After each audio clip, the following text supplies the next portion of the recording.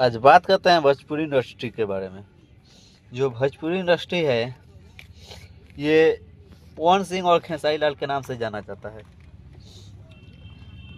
लेकिन इन लोगों में कभी जमता नहीं है पिछले कुछ सालों से, क्योंकि इन लोग के जो चमचा बेचा है, आगे पीछे घूमने वाला, नेम फेम लेने वाला, टीआरपी अपना लेने वाला, पाने वाला, इन लोगों के वजह से पवन सिंह और खेसारी लाल में जमता नहीं है। खैर, इन लोग का मैटर अलग है। दूसरा बात यह है कि पॉलिटिक्स जो हुआ, विधानसभा का जो इलेक्शन हुआ था, खेसारी लाल और पवन सिंह एक अलग अलग पार्टी में हैं लोग। पॉलिटिक्स जो हुआ वो अपने जगह पे है, उसमें भाई भाई का नहीं होता, खून खून का रिश्ता अलग हो जाता है।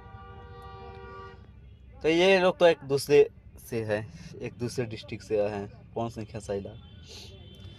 इन लोग के जो मैटर हुआ वो पॉलिटिक्स तक ही रह जाना चाहिए था, क्योंकि इन लोग सुपरस्टार हैं। इन लोग